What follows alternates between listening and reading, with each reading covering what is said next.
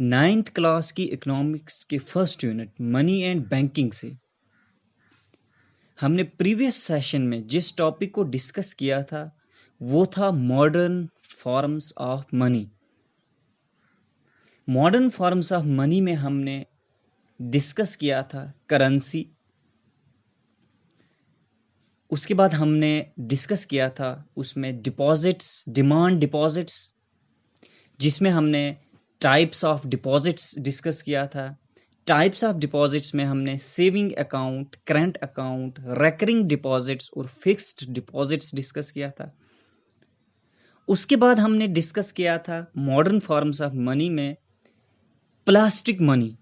Plastic money में हमने debit card और क्रेडिट कार्ड के बारे में डिस्कस किया था।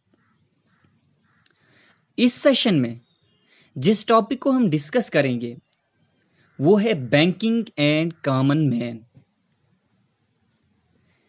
क्या है बैंकिंग और कॉमन मैन? इसमें हम जो है डिस्कस करेंगे।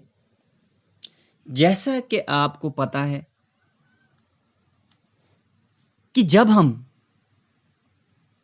बैंक में अपना अकाउंट ओपन करते हैं, जब हम बैंक में अकाउंट खोलते हैं, तो जो मनी उसमें होता है, जो पैसा होता है उसमें, हम उस पैसे को विड्रॉ कर सकते हैं।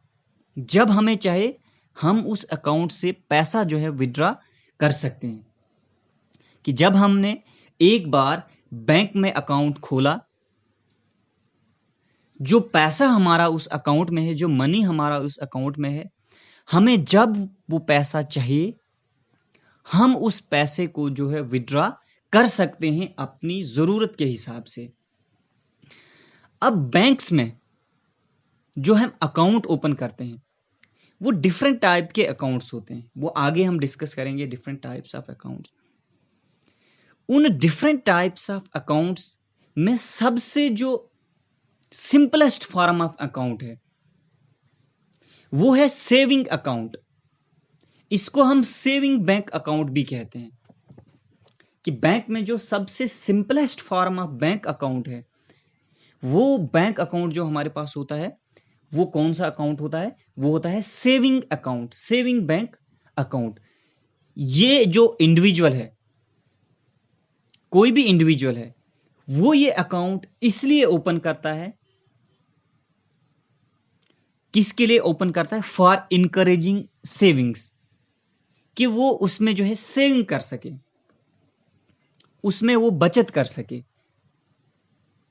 और उस सेविंग पे, जो वो सेविंग अपनी बैंक्स में रखता है, उस सेविंग पे उसको जो है इंटरेस्ट मिलता है। जो उसका डिपॉजिट उस अकाउंट में होता है, उस डिपॉजिट्स पे उसको जो है इंटरेस्ट मिलता है। कि जितना पैसा आपने रखा उस अकाउंट में आपके पास है, उसके ऊपर एक्स्ट्रा पैसा जो है बैंक आपको देता है, जिसका अकाउंट है उसको देता है। तो वो एक्स्ट्रा जो मनी मिलता है अपने डिपॉजिट्स के अलावा, वो जो हमारे पास जो होता है वो इंटरेस्ट होता है। और अब बात ये याद रखने वाली है कि सबसे सिंपलेस्ट फॉर्म ऑफ अकाउंट जो है, जो बैंक में है होता है, वो कौन सा अकाउंट होता है? वो सेविंग बैंक अकाउंट होता है। और सेविंग बैंक अकाउंट जो इंडिविजुअल है वो किसके लिए ओपन करता है? फॉर इनकरेजिंग सेविंग्स, कि वो अपनी सेविंग्स कर सके। और सेविंग बैंक अकाउंट पे जो इंडिविजुअल है उसको जो है इंटरेस्ट मिलता है, या डिपॉजिटर को जो है इंटरेस्ट मिलता है। अब ये जो डिपॉजिट्स उसकी जो अकाउंट में होता है, या जो डिपॉजिट उसके पास होता है, इंडिविजुअल इस डिपॉजिट्स को कभी भी अपनी जरूरत के हिसाब से उस डिपॉजिट्स को जो है अपनी डिमांड के हिसाब से उस डिपॉजिट्स को जो है वो विड्रॉ कर सकता है। कि वो जो डिपॉजिट्स उसके पास हैं उन डिपॉजिट्स को जो है वो विड्रॉ कर सकता है, निकाल सकता है। तो इस डिपॉजिट्स को हम क्या बोलते हैं? Demand deposits. तो डिमांड डिपॉजिट्स क्या है? The deposits with the bank that can be withdrawn any time on demand, these deposits are known as demand deposits. तो डिमांड डिपॉजिट्स क्या है? Deposits with the bank that can be withdrawn anytime on demand. These deposits are known as demand deposits. अब ये demand deposits जो है ये essential feature of money है. जो मनी है उसका एसेंशियल फीचर जो है वो क्या है, हमारे पास डिमांड डिपॉजिट्स है. इस डिमांड डिपॉजिट्स पे जो हमको एक और फैसिलिटी मिलती है, वो फैसिलिटी जो है हमारे पास वो चेक्स की फैसिलिटी है. कि डिमांड डिपॉजिट्स पे हमको जो फैसिलिटी मिलती है वो कौन सी फैसिलिटी है, वो चेक्स की फैसिलिटी है. कि चेक्स की वजह से ये पॉसिबल हो जाता है कि हम अपनी पेमेंट्स को जो है डायरेक्टली सेटल करें विदाउट कैश. कि चेक्स की फैसिलिटी से जो हमको डिमांड डिपॉजिट्स पे जो है चेक्स मिलते हैं, जो चेक्स की फैसिलिटी मिलती है, उससे हम डायरेक्टली अपनी पेमेंट्स को सेटल कर सकते हैं कैश के बगैर. जैसे कि फॉर एग्जांपल आपको किसी को पैसे देने हैं, आपको किसी को पेमेंट करनी है, आपका अकाउंट बैंक में है, दैट मीन्स कि वो डिमांड डिपॉजिट्स है वहां पे. तो आप जो है कैश के बदले उसको चेक दोगे. जो चेक की फैसिलिटी आपको गवर्नमेंट ने दी है, वो चेक आप उसको दोगे और वो उस चेक से जो है कहीं से भी जो है जो कैश उसको चाहे वो उसको मिल सकता है. तो सबसे कॉमन फॉर्म ऑफ पेमेंट जो कैश के बदले हम करते हैं, इंस्टेड ऑफ कैश जो हम पेमेंट करते हैं, वो जो हमारे पास जो है वो कौन सा है, वो चेक है. कि हम कैश के बदले जिसको हमने कैश देना है उसके बदले जो है हम उसको चेक देते हैं. ये जो चेक जो एक ऐसा इंस्ट्रूमेंट है कि हम इसको जो है इंस्टेड ऑफ कैश हम जो है इसको यूज करते हैं. तो अब चेक जो है ये क्या है? Cheque is a paper instructing the bank to pay a specific amount from the person's account to the person whose name the check has been issued. Cheque क्या है? चेक एक ऐसा पेपर है जो बैंक को यह इंस्ट्रक्ट करता है कि वो किसी भी आदमी को, जिस आदमी के नाम पे ये चेक है, उसको जो है जो मेंशन आदमी है उसके अकाउंट से उसको पे करे. या हम इसको यह भी कह सकते हैं कि चेक एक ऐसा पेपर है जो बैंक को यह इंस्ट्रक्ट करता है कि वो किसी आदमी के अकाउंट से उस आदमी को पे करे जिस आदमी के नाम पे ये चेक है. अब ऐसा भी नहीं है कि चेक जो है वो किसी भी आदमी के अकाउंट से जो है वो जो है पैसा किसी दूसरे आदमी को दे, बल्कि जिसके अकाउंट के नाम पे ये चेक है. जो बैंक जो हमको चेक देता है, वो चेक जब हमारा बैंक में अकाउंट होता है, उस अकाउंट का हमको जो चेक बुक मिलती है, फिर जो उससे उन चेक से हम जो है किसी के नाम पेमेंट करते हैं, तो वो चेक लेके जब बैंक के पास जाता है तो इसका मतलब उस बैंक को ये इंस्ट्रक्शन है कि वो इस आदमी को जिसके नाम पे ये चेक है उसको जो है पे करे उस आदमी उसके अकाउंट से जिसके अकाउंट का ये चेक है. अब इसमें जो मेकर ऑफ चेक जो है उसको ड्रॉवर बोलते हैं, और पर्सन डायरेक्टेड टू पे उसको ड्राई बोलते हैं, और person named in the instrument, इस इंस्ट्रूमेंट पे जिसको नेम किया है उसको पे ही बोलते हैं. कि ये चेक में जो वो आदमी जो मेकर ऑफ चेक है उसको ड्रॉवर बोलेंगे हम, और पर्सन डायरेक्टेड टू पे उसको ड्राई बोलेंगे, और person named in the instrument उसको पे ही बोलेंगे. अब इसको आप ऐसे भी बोल सकते हैं कि मेकर ऑफ द चेक जिसको हमने ड्रॉवर बोला, वो कौन है? वो पर्सन है जिसका अकाउंट बैंक में है, जिसके अकाउंट पे हमको ये चेक मिला, चेकबुक मिली, या जिसके अकाउंट से पैसा निकलना है, वो जो होगा उसको हम जो है मेकर ऑफ द चेक बोलेंगे या उसको ड्रॉवर बोलेंगे. और ड्राई कौन है इसमें? ड्राई जो है वो बैंकर है जिसके पास आप ये चेक लेके गए, कि पर्सन डायरेक्टेड टू पे, उसको हम जो है उसको ड्रॉई बोलेंगे कि इस आदमी को जो है वो पैसा ड्रा करना है, जो ड्रॉर है उसके अकाउंट से, उसको हम जो है ड्रॉई बोलेंगे। और वो आदमी जिसका नाम चेक पे लिखा है उसको हम पेई बोलेंगे। मैं एक बार फिर से बोलता हूं कि मेकर ऑफ द चेक उसको हम ड्रॉर बोलते हैं। वो ड्रॉर कौन है? वो आदमी है जिसका अकाउंट है, जिसका अकाउंट बैंक में है, उसको ड्रॉर बोलेंगे।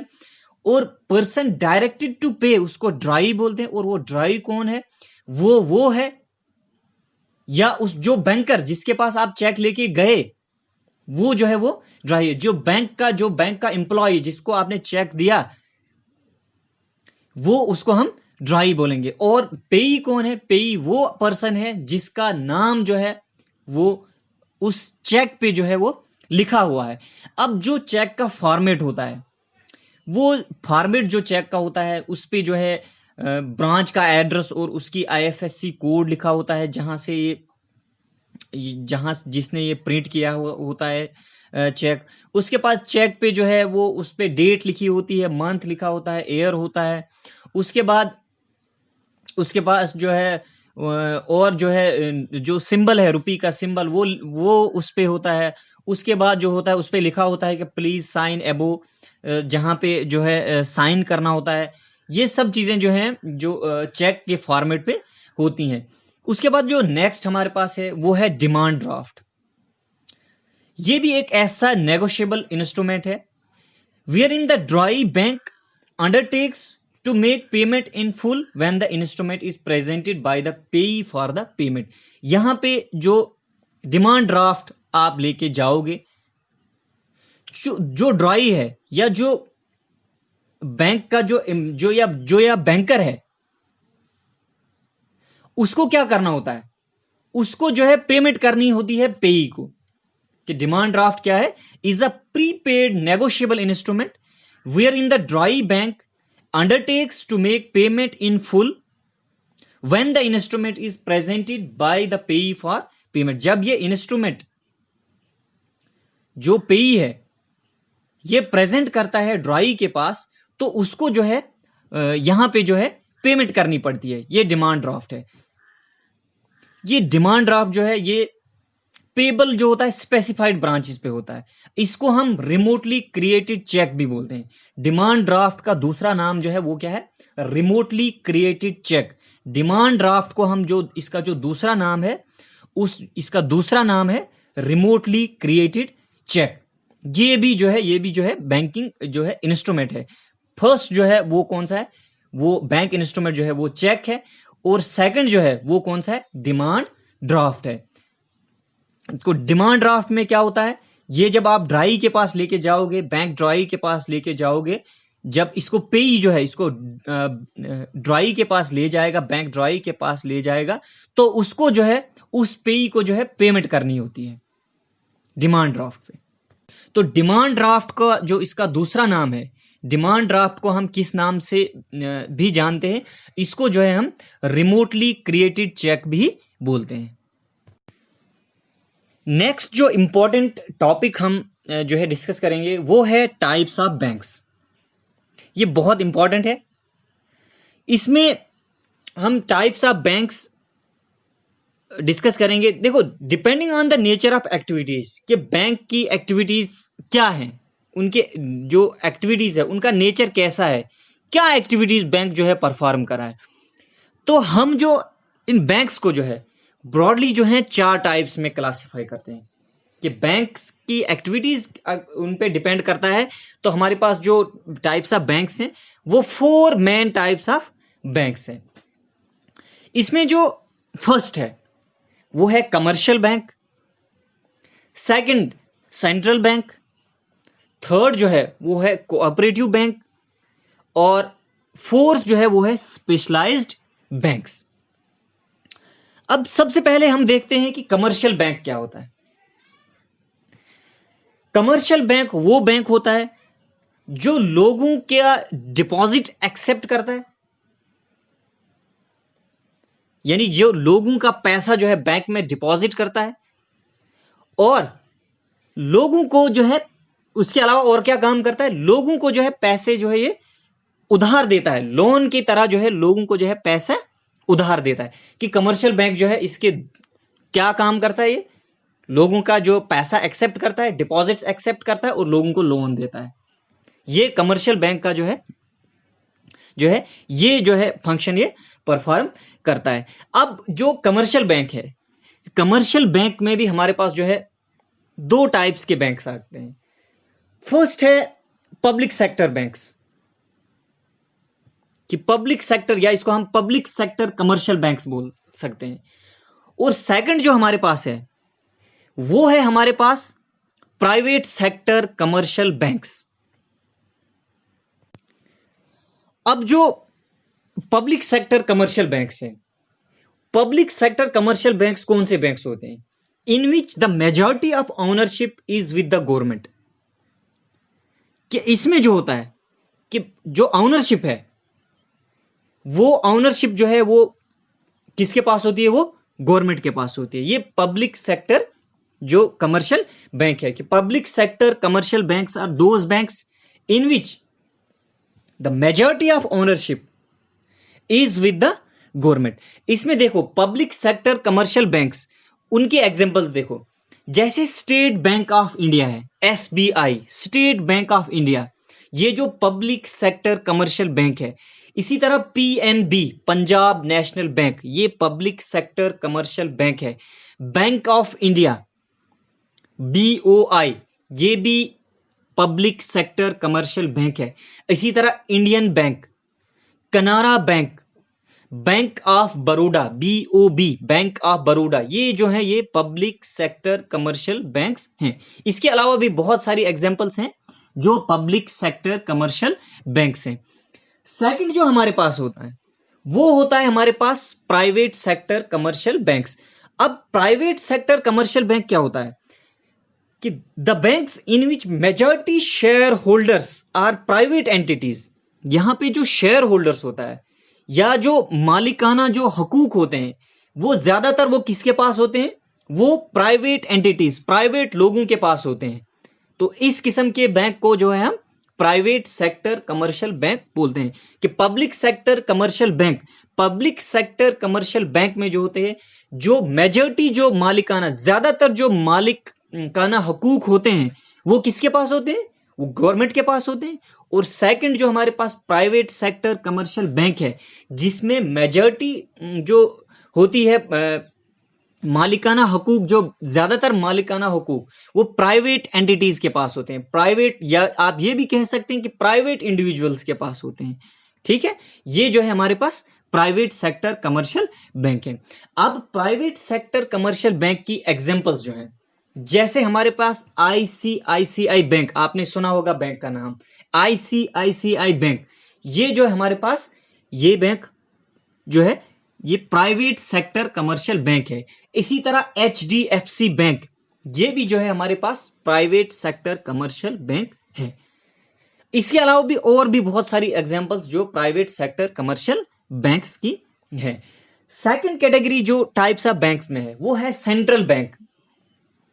सेंट्रल बैंक्स जो है, सेंट्रल बैंक जो है ये बैंक जो the apex financial institution of country का, कि कंट्री का सबसे बड़ा फाइनेंशियल इंस्टीट्यूशन।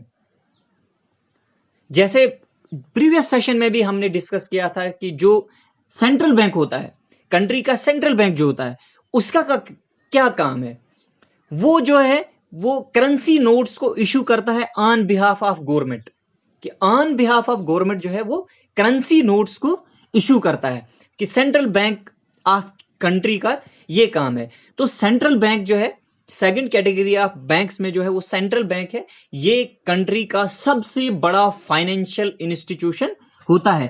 कि the central bank is apex financial institution of country. इसका क्या काम होता है, इट इशू या प्रिंट नोट्स, जो करेंसी नोट्स हैं, controls and regulates the monetary policy of the country. और कंट्री की जो मॉनेटरी पॉलिसी है उस मॉनेटरी पॉलिसी को ये कंट्रोल करता है और उस मॉनेटरी पॉलिसी को ये रेगुलेट करता है।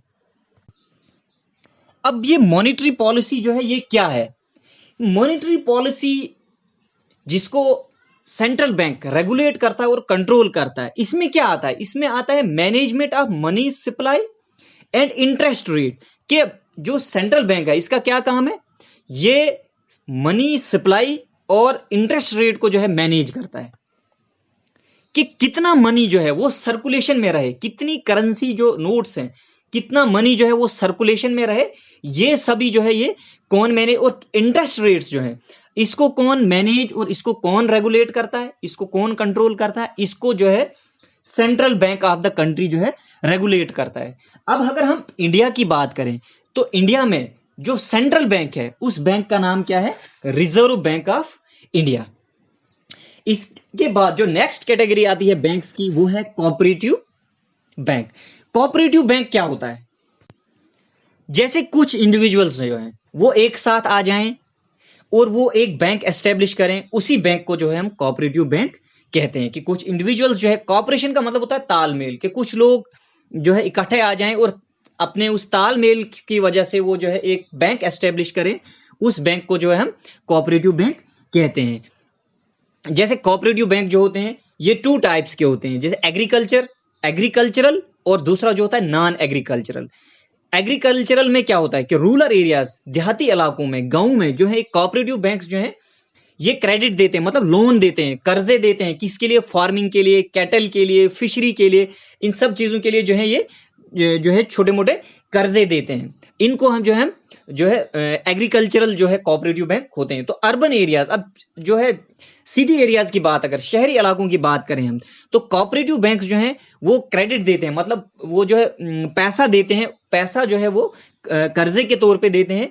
किसके लिए? सेल्फ एम्प्लॉयमेंट एक्टिविटीज के लिए, जैसे स्मॉल स्केल इंडस्ट्री, कोई purchase of durable goods such as television, refrigerator extra and personal finance. इन सब चीजों के लिए जो है ये जो है छोटे मोटे जो है कर्जे देते हैं। ये किसकी बात है? कोऑपरेटिव बैंक्स की।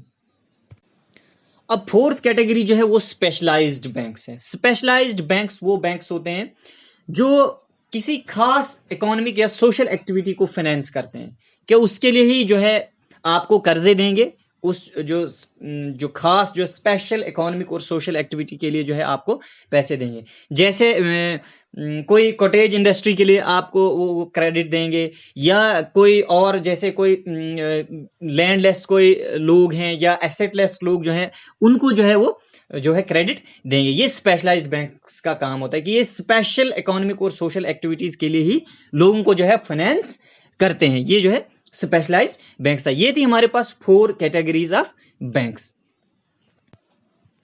अब नेक्स्ट जो हमारे पास वो है टाइप्स ऑफ बैंक अकाउंट। कि बैंक में जो है एक ही किस्म का अकाउंट नहीं होता, अलग अलग टाइप्स के अकाउंट्स होते हैं। फर्स्ट जो है वो है इसमें सेविंग अकाउंट।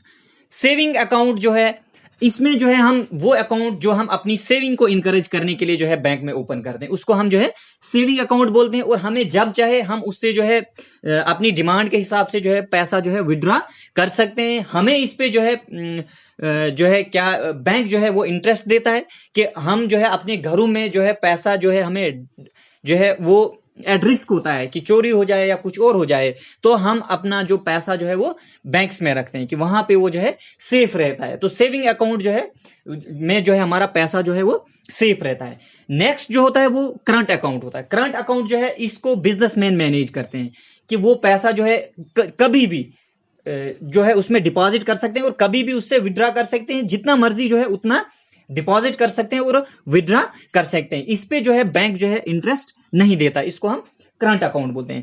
थर्ड जो है हमारे पास वो है फिक्स्ड डिपॉजिट अकाउंट।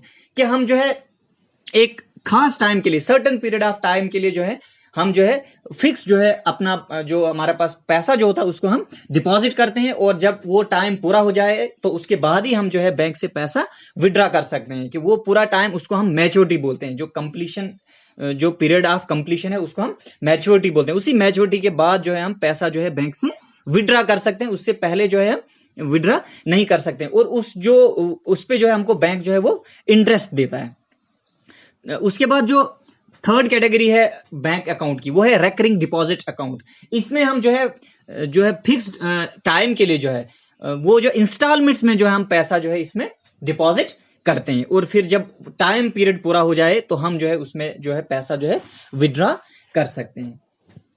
उसके बाद जो नेक्स्ट हमारे पास आएगा कि अब जो है हम बैंक से किस किस्म का लेन देन कर सकते हैं, कि वेरियस ट्रांजेक्शंस इन बैंक, कि कौन कौन सी फैसिलिटीज जो है हमें बैंक से मिलते हैं। जैसे फर्स्ट जो है हम देखेंगे डिपॉजिट्स एंड विड्रॉल, कि हम बैंक से कभी भी पैसा डिपॉजिट कर सकते हैं बैंक में और कभी भी पैसा जो है विड्रॉ कर सकते हैं।